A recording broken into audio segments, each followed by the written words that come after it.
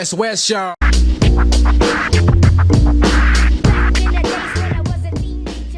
Sundays, because I used to have my Shortland Street following. Like my guys used to watch Shortland Street, the omnibus.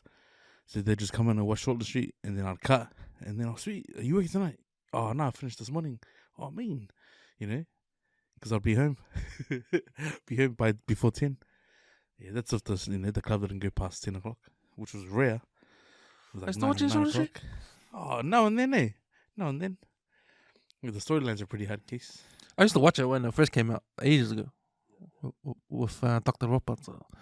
And then I quit. And then I started watching it again for a while. And then that was when, the guy from One Lane Bridge? The route swinging guy? Dominic. Yeah, when he was there. When he was there when I started watching it. But I remember the omnibus. Like we catch up on the week. I used to love the customers coming in because I had a Sunday following, like, and it was the same 7-8 guys.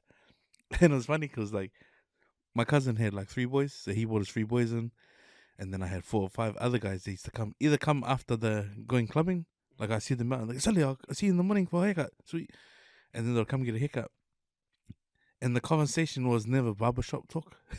It was like Sully, what happened to you? Whenever the next person came in, they're like, Sully, honestly, so they just replaying what happened the week before, 2 weeks before. I just crack up here. I feel like, damn, people are fixated on Shortland Street, but it's good. I love it. Because if I wasn't cutting, I'll be catching up on it anyway. So I was just out there just cutting, just to listen to everyone. Like, what did I miss? Yeah. Bro, and just hearing like some of the little boys going, man, you know that nurse, the one who works at the ED? It's like, yeah, he's going hooking up with the doctor. Fucking slut. Are these like? Do you think these are like what do you say? Like guilty pleasures when the Usos watch Shortland Street? Oh, but there's nothing wrong with Shortland Street. Or is it because of their missus? You gotta watch it with your missus? Because that was when I was watching it. Because my girlfriend at the time was into it, so I was watching. But then you get into it too. Yeah. Because you're like, fuck, you want to know what's happening. Yeah.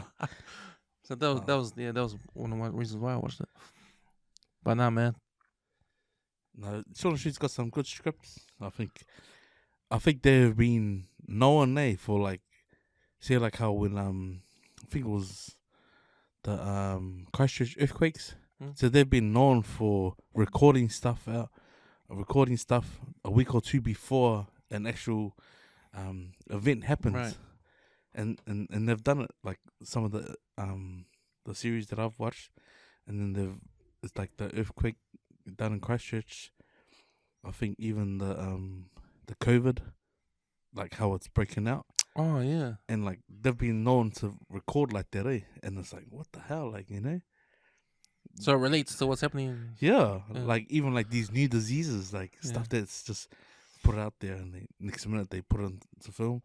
And then we're seeing it like fucking in the media, like, the new, like, I think when the measles outbreak, I remember they recorded that one. Like, I remember seeing some of the directors talk about it, and like, oh man, over the years, one of the things that we have done is almost pre-recorded or like manifested stuff that's actually happened in real life.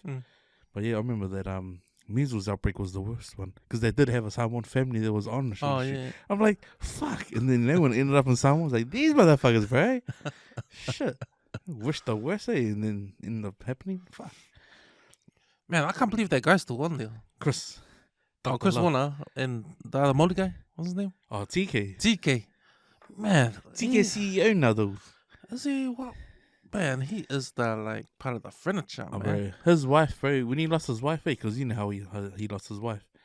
He lost his wife to she was like a breakthrough medicine, like one of those could find cures, and she tested on herself, and she ended up dying, because she was like the last hope for that sort of like, Because I remember his first wife.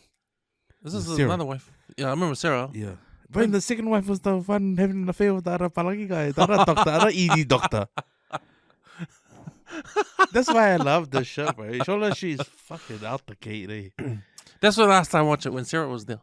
Yeah. Yeah. But yeah. But she died, or she left? Or No, she something? died inside the lab and he watched her, eh? She closed the door behind him. Like, you know, they have the incubation room where no one can go in. But she was trying to develop like a cure to get rid of something. It was like, say, it was the SARS outbreak. And so she was trying to, mix some chemicals up or whatever and try and. But the last patient, his result hadn't come through and she needed one straight away. So she tested it on herself and that's how she passed. And like, yeah, so he stood and watched through the window. She was like, it's the only hope, whether it works or not. But then in the end, it did work. But then she had been too heavily infected. So yeah, she ended up finding the cure, but she ended up dying. Who got famous out of that? Oh, show? bro, everybody, mate. American? Nah, internationally. It was Martin Henderson. He's one guy. Who did he play?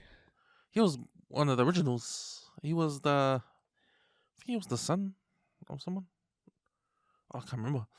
But man, Martin Henderson, he's in the States. Yeah, he played. Yeah, I know which guy you're talking about. Yeah.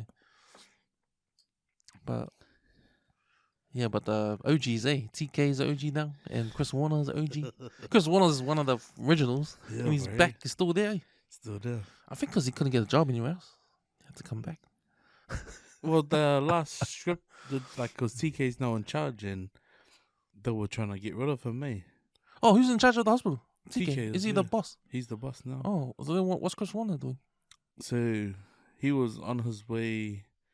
He was actually trying to leave, but then, because you know how they got the board, the Ministry of Health, they came in and tried to pursue TK to tell Chris to stay on as a surgeon, because he's the best, But then there was one incident where a lady, she used to work at the hospital. This is what I love about it. The lady, she worked at the hospital. She was driving with her grandpa, and her grandpa was driving. They had a crash at the lights, and obviously the car that crashed into them, well, the chick was busy. She was texting. The Amber that picked her up happened to be one of her exes. They rushed them into the ED, and then it came out. Oh, her grandpa's, he's got a liver infection, and because of his old age, he's too high risk to operate on. At the time, Chris has sort of just been phased out as CEO, but then he gets given an opportunity to go back on the surgery. In the end, the word gets around, because the Amber who picks her up has seen someone was going out with Chris. So Chris tries to go rogue. He tries to do this. Gila, we're gonna go do the operation for her, even though TK's and whoever, because they've done it in the past. They did it with his son, where his son dies on the table, and TK's the one who calls the time of death, and he's like, "Nah, fuck off, keep going." So in the end, they broke protocol, but his son's still alive. So they try to do one of those ones for the grandpa. Man, that's saddest shit ever, Ailes.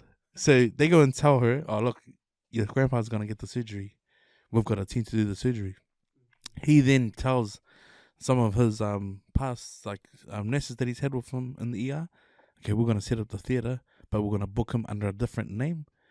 But are you willing to, put your job on the line?" And then the code of ethics, and they've said, "Sure, because it's you, because you're the best." So they go about their day. Everyone's all fucking ready to go home, whatever.